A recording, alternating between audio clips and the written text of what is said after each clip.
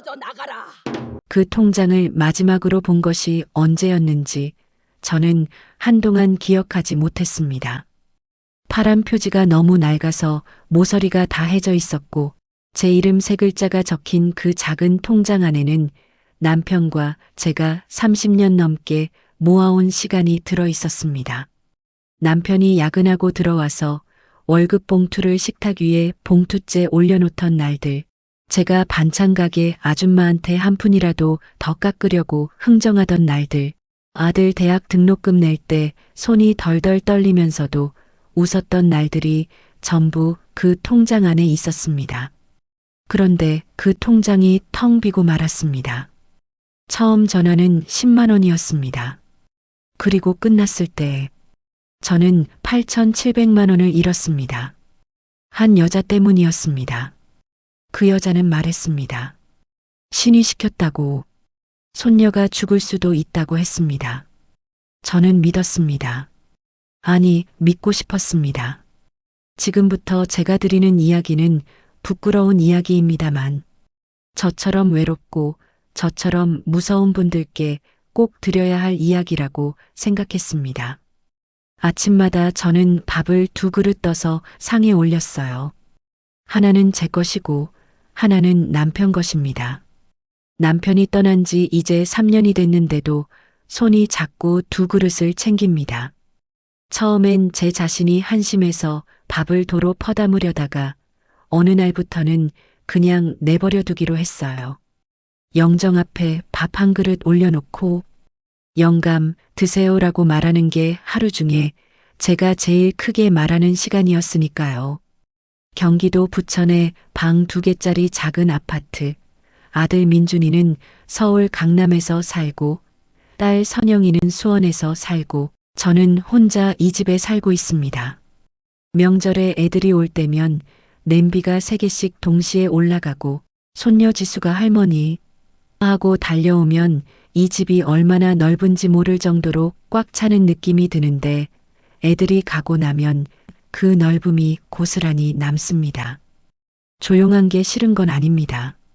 근데 이상하게 저녁만 되면 마음이 더 시립니다.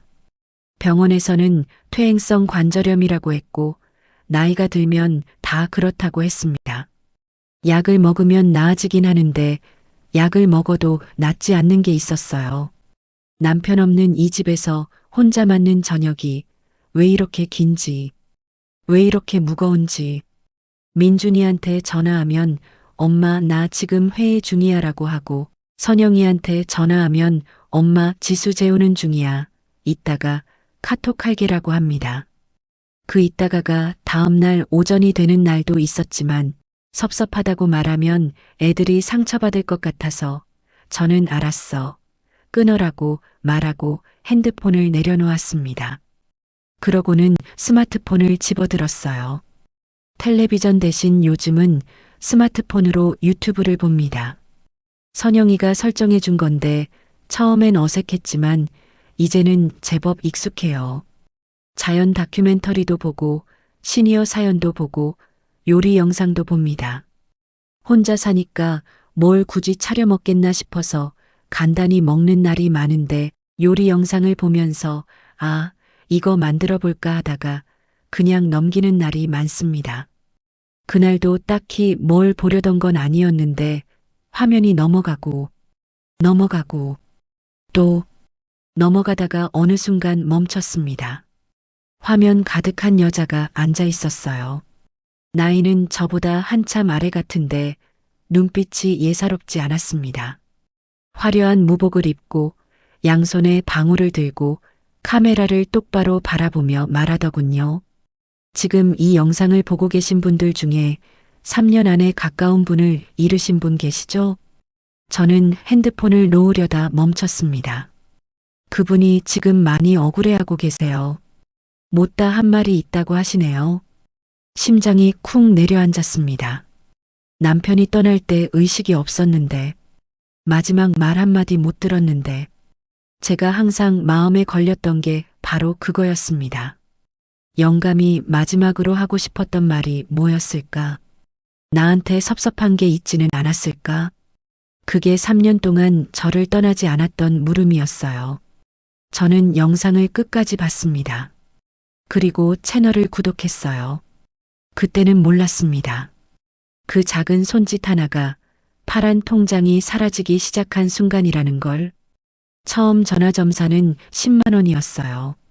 선영이한테 말하면 또 뭐라고 할 것 같아서 말하지 않았습니다. 애들한테 용돈 받아서 쓰는 것도 아니고 제 돈으로 제가 쓰는 건데 뭐가 문제냐 싶었고 솔직히 조금 설레기도 했어요. 누군가 제 이야기를 들어줄 것 같았거든요. 옥황보살. 그게 그 여자 호칭이었은데 본명은 나중에야 알게 됐지만 그때는 그냥 옥황보살님이었습니다. 전화를 연결하자마자 그 여자가 말하더군요. 어머니, 남편분이 가실 때 너무도 갑자기 가셨죠? 아, 네. 못다 한 말씀 있다고 하시네요. 어머니한테 미안하다고 하세요. 저는 그 자리에서 울었습니다. 소리도 못 내고 울었습니다. 영감이 미안하다고. 그 말이 그렇게 듣고 싶었었는지 저도 몰랐어요. 3년 동안 혼자서 꾹꾹 눌러 참았던 게 전화기 하나로 다 흘러나왔습니다. 그날 이후로 저는 일주일에 한두 번씩 전화를 했어요. 10만 원, 15만 원, 20만 원. 비용이 조금씩 올라갔지만 그때는 그게 당연하다고 생각했습니다. 용한 분이니까. 제 속 이야기를 들어주는 유일한 분이니까. 그러던 어느 날이었습니다. 어머니, 오늘은 좀 심각한 얘기를 드려야 할 것 같아요. 그 여자 목소리가 평소보다 낮았어요. 손녀분 있으시죠? 이름이 지수인가요? 저는 아무 말도 못했습니다. 방 안이 조용해졌고 전화기에서 들리는 숨소리만 들렸어요. 저는 오싹했습니다. 내가 손녀 이름을 말한 적이 있었던가? 기억이 흐릿했습니다. 아마 전에 제가 말했겠거니 그렇게 생각했어요. 그 아이 이마에 살이 끼었어요. 지금은 괜찮아 보여도 방치하면 안 됩니다. 7살 전에 풀어야 해요. 지수가 그때 7살이었는데 저는 핸드폰을 쥔 손에 땀이 났습니다. 어떻게 하면 되나요? 살풀이 굿을 해야죠. 그냥 넘기시면 안 됩니다. 어머니. 제가 괜히 드리는 말씀이 아니에요.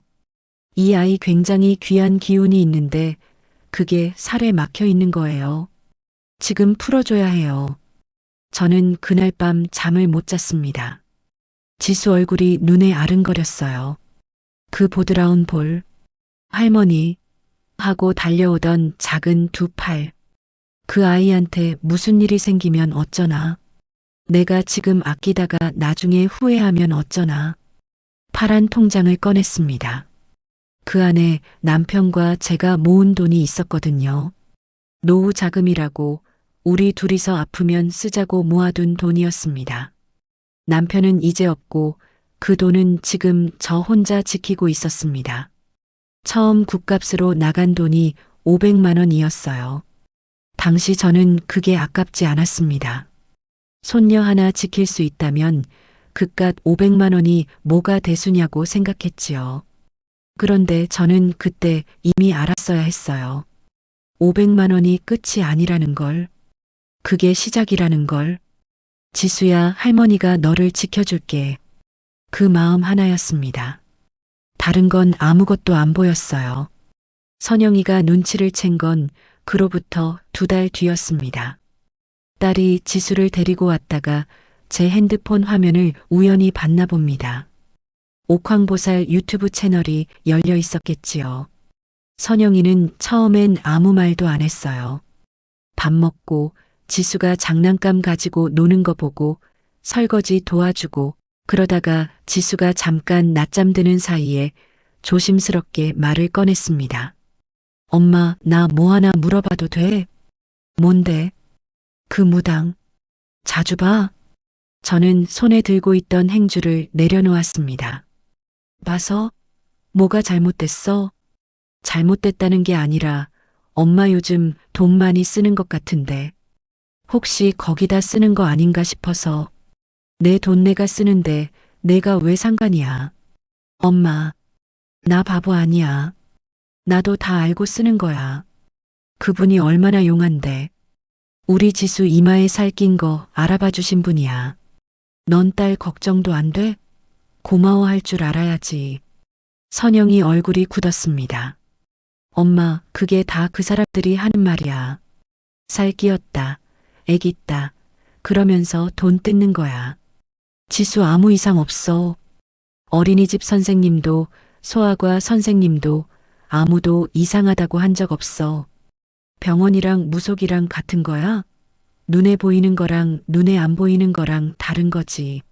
엄마, 목소리가 올라갔습니다. 저도 올라갔습니다. 선영아, 그만해. 엄마가 판단도 못하는 사람이야? 나이 68이야. 살 만큼 살았어. 내가 걱정되면 그냥 자주 오면 되잖아. 그게 싫으면 엄마 일에 끼어들지 마. 선영이가 입을 꾹 다물었어요. 눈이 빨개졌습니다. 그때 지수가 엄마하고 일어나는 소리가 났습니다. 선영이는 일어나서 지수 방으로 들어갔고 짐을 챙겨 현관에서 엄마 몸 챙겨라는 말만 남기고 나갔어요. 저는 그 말이 어쩐지 가장 속상했습니다. 몸 챙겨. 그게 전부야? 엄마가 왜 저걸 하는지는 하나도 궁금하지 않아? 나도 얼마나 무서우면 이러겠어. 나도 얼마나 외로우면 이러겠어. 선영아, 너는 엄마 마음을 반도 몰라. 아니, 알려고 하질 않아. 그날 저녁 옥황보살에게 전화를 했어요. 딸이랑 다퉜다고 했더니 그 여자가 말했습니다. 어머니 주변에 어머니 복을 막으려는 기운이 있어요. 가족 중에도 그런 사람이 있을 수 있어요. 조심하셔야 해요. 저는 그 말을 들으며 고개를 끄덕였습니다. 선영이 얼굴이 머릿속에 스쳤지만 고개를 저었어요. 파란 통장 잔액이 반으로 줄어 있었습니다. 그날 밤 통장을 꺼내보다가 다시 서랍 깊숙이 넣었어요. 보지 않으면 모르는 일이라고 생각하기로 했거든요. 최말순을 만난 건 시장 어기 분식집에서였습니다. 말순이는 저랑 같은 아파트 단지에 사는데 남편이 먼저 가기는 저랑 비슷하게 오래됐습니다. 우리 둘 다 혼자 사는 처지라 가끔 같이 점심을 먹거나 공원을 걷거나 합니다. 특별히 깊은 사이는 아닌데 그렇다고 낯설지도 않은 딱 그 정도 사이입니다. 떡볶이를 시켜놓고 앉아 있는데 말순이가 제 얼굴을 한참 보더니 술래야, 너 요즘 뭔가 하고 있지? 뭘? 아니, 얼굴이 좀 그래. 지쳐 보여. 어디 아파? 아니, 괜찮아. 무당집 다니는 거 아니야? 저는 떡볶이 젓가락을 내려놓았습니다. 왜? 아니, 동네 사람한테 들었는데 요즘 유튜브 무당 사기 많다고. 나도 예전에 당했거든. 말순이는 거기서 잠깐 멈췄다가 조용히 말을 이었습니다. 나 10년 전에 큰아들 취직 안 된다고 무당집 다녔어. 2천만 원 날렸어. 2천만 원. 그때 내가 얼마나 힘들었는지, 그 무당이 얼마나 날 위하는 척을 잘하던지, 내가 뭘 해도 다 알아맞히는 것 같고 내 편인 것 같고 그게 다 수법이야, 술래야. 저는 가만히 있었습니다. 내 사정 얼마나 귀신같이 알겠어.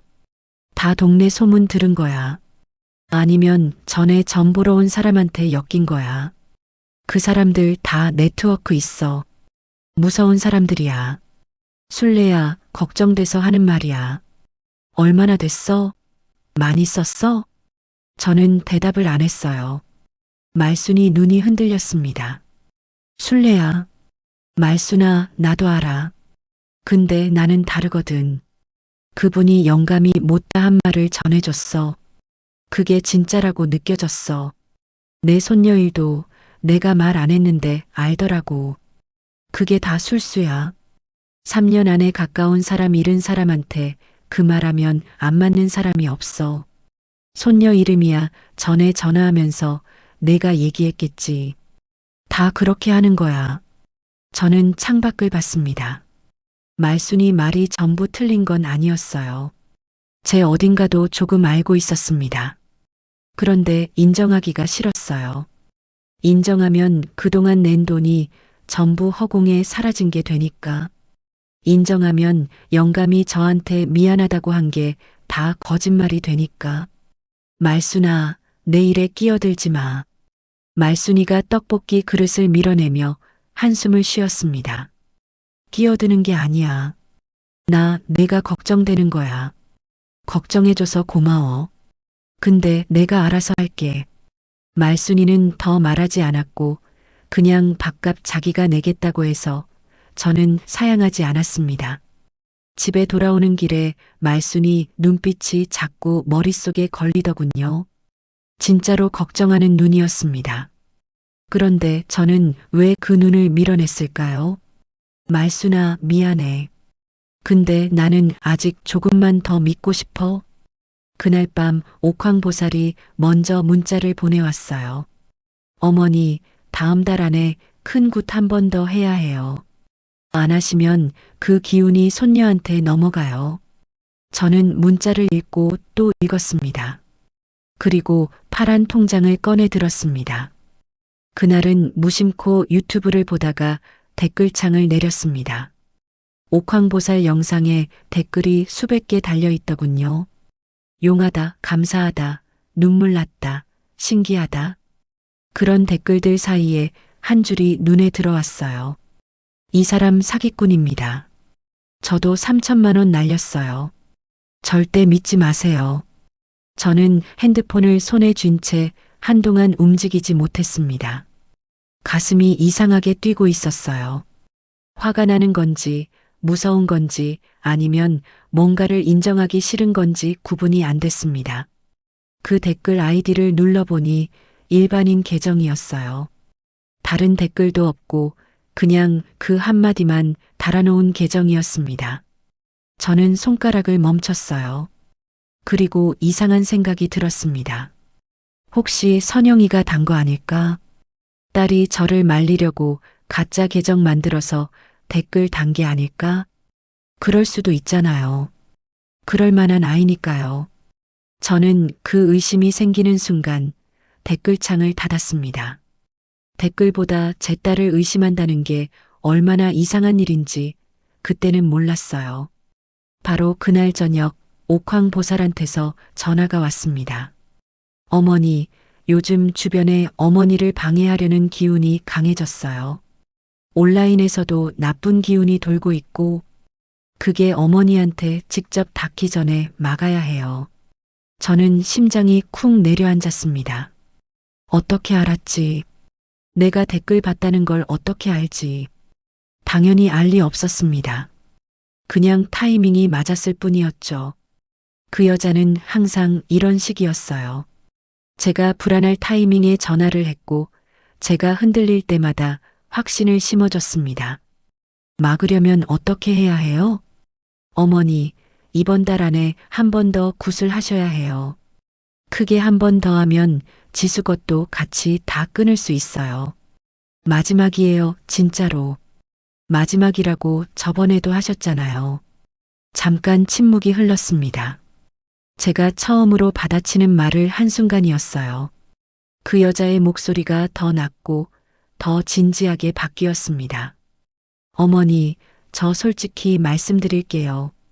지수 기운이 생각보다 강해요. 제가 여러 번 봤는데 이번에 안 하시면 솔직히 제가 장담을 못해요. 장담을 못한다는 말. 손녀 얘기. 저는 댓글을 닫았습니다. 의심도 닫았습니다. 파란 통장을 다시 꺼냈어요. 그냥 믿자. 이게 거짓말이면 그때 가서 따지자. 지금은 그냥 지수만 괜찮으면 돼. 통장 잔액이 1,200만 원이었습니다. 파란 통장이 바닥났습니다. 1년 6개월 만에 처음 500만 원, 그 다음 700만 원, 살풀이 굿 300만 원, 마지막 정리 굿 2천만 원, 중간중간 전화점사비, 부적가, 신복 맞추는가, 이름도 생소한 각종 의식비. 모아놓으면 어마어마한 돈인데 조금씩 나가다 보니 그걸 한 번에 마주할 기회가 없었습니다. 잔액이 0원이 된 날 저는 통장을 한참 들여다봤어요. 그게 이상하게 실감이 안 됐습니다. 남편이랑 30년 모은 돈이었는데 그게 없어졌습니다. 그날 밤도 옥황보살한테서 문자가 왔어요. 어머니, 이번에 정말 마지막으로 한 번만 더 해야 해요. 이번 걸 놓치면 지금까지 한 게 다 허사가 돼요. 딱 한 번만요. 저는 그 문자를 읽고 또 읽었습니다. 이번에 놓치면 다 허사가 된다. 그 말이 이상하게 무서웠어요. 1년 6개월을 투자했는데 그게 다 날아간다고? 지수한테 드린 정성이 다 소용없어진다고? 저는 핸드폰을 내려놓고 코트를 꺼내 입었습니다. 은행에 가야겠다고 생각했어요. 노인대출, 그게 된다고 했습니다. 집을 담보로 잡으면 된다고 했습니다. 버스를 타고 은행에 가서 번호표를 뽑았습니다. 대기번호 14번. 순서를 기다리면서 저는 창밖을 봤어요. 11월 중순이었는데 나뭇잎은 다 떨어졌고 가로수가 을씨년스러웠습니다. 바람이 많이 불고 있었어요. 영감 생각이 났습니다. 영감이 살아있었으면 이랬을까? 영감이 있었으면 내가 이 지경까지 왔을까? 영감한테 화가 났어요. 왜 먼저 갔냐고. 왜 나 혼자 남겨놨냐고. 이 외로움이 다 당신 때문이라고. 14번이 불렸습니다. 저는 창구로 갔어요. 젊은 여직원이 환하게 웃으며 어떻게 오셨어요? 라고 묻더군요. 대출 좀 알아보려고요. 어떤 용도로 필요하신지 여쭤봐도 될까요? 저는 잠깐 멈췄습니다.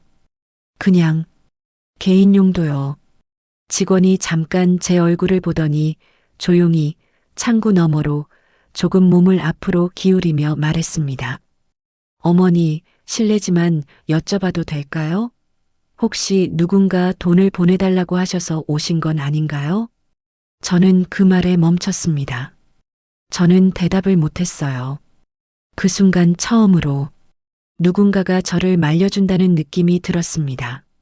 직원의 눈은 걱정스러운 눈이었어요. 말순이 눈 같기도 하고 선영이 눈 같기도 한.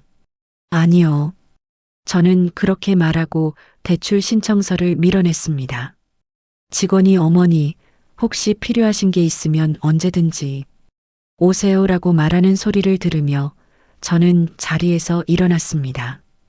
밖으로 나오니 바람이 더 차갑더라고요. 저는 버스 정류장 의자에 앉았습니다. 그냥 한동안 앉아 있었어요. 핸드폰을 꺼내지도 않고 그냥 앉아 있었습니다. 그때 처음으로 생각이 들더군요. 내가 뭘 한 거지? 영감, 우리가 모은 돈이 없어졌어. 내가 바보같이 다 져버렸어. 울음이 나왔습니다.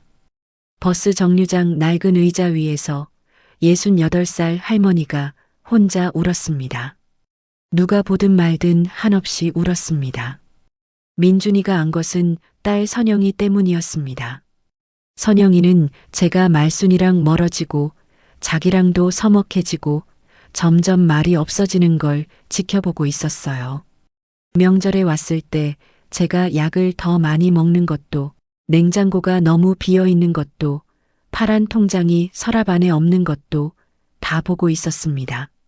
선영이가 오빠한테 전화했고 저는 나중에 그걸 알았습니다.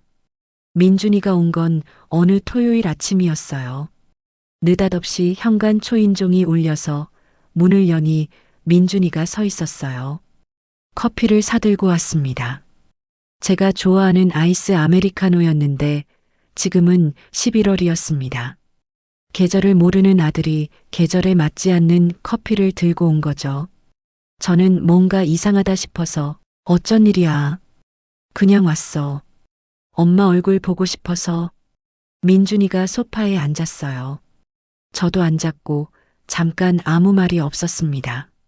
엄마, 통장 좀 봐도 돼? 저는 가슴이 철렁했습니다. 왜? 그냥 이것저것 정리 좀 해드리려고. 됐어. 내가 알아서 해. 엄마. 민준이 목소리가 달라졌어요. 평소에 없던 간절함이 있었습니다. 나 엄마 통장 내역 봤어. 저는 말이 안 나왔습니다.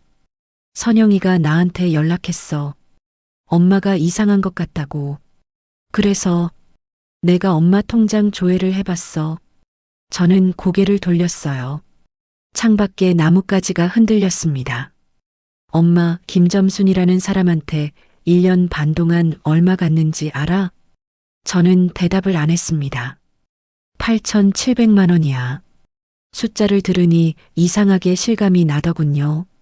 각각 낼 때는 몰랐는데 한 숫자로 모여 있으니 너무 컸습니다. 엄마, 왜 나한테 말 안 했어? 저는 여전히 고개를 돌리고 있었습니다. 민준아, 나도 알아. 내가 바보같이 당한 거 나도 알아. 근데 그때는 진짜인 줄 알았어. 손녀가 죽을 수도 있다고 하니까. 영감이 나한테 미안하다고 하니까. 제 목소리가 떨렸습니다. 손녀가 죽는다고 협박을 했어? 협박이 아니라 그게 말이 안 됐습니다.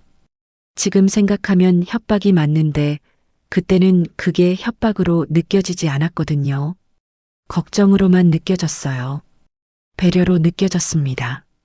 그때 민준이가 울었습니다. 저는 그게 제일 놀라웠어요. 민준이는 아버지 장례식에서도 안 울었던 아이인데 강한 척하려고 이를 악물고 있던 아이였는데 그런 아이가 제 앞에서 눈물을 흘렸습니다. 엄마, 나 잘못했어. 뭘? 아빠 가고 나서 내가 너무 내 것만 챙겼어. 엄마가 얼마나 외로울지 생각을 못했어. 나도 힘들었다고 그 핑계로 엄마 혼자 내버려뒀어. 저는 그 말에 처음으로 울음이 터졌습니다. 참을 수가 없었어요.